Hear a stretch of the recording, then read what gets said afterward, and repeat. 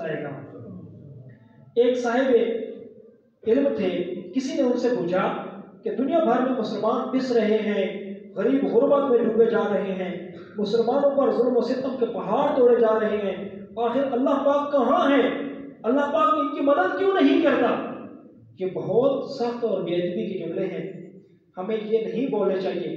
مگر اس بزرگ نے جواب دیا، فرمایا کہ ایک شخص کو جانتا ہوں میں جس کی عمر تقریباً 60 سے 70 سال ہے، نہ اس کی کوئی اولاد ہے، نہ اس کا کوئی ولی وارث ہے، کوئی کام دھندا بھی نہیں کرتا، اس کے پاس 2 وقت کی روٹی کے پیسے بھی نہیں ہیں، لوگ ترس کھا کر اس کو روٹی کھلاتے ہیں، اس کی کمزور حالت ہے، مگر افسوس وہ بالکل بوڑھا بھی نہیں ہے، غریب بھی نہیں ہے، کھانے کے پیسے بھی نہیں ہیں ان کے پاس، اس کے باوجود وہ پابندی کے ساتھ شیو کرواتا ہے، اس عمر میں بھی مسجد میں نہیں آتا، نماز نہیں پڑھتا۔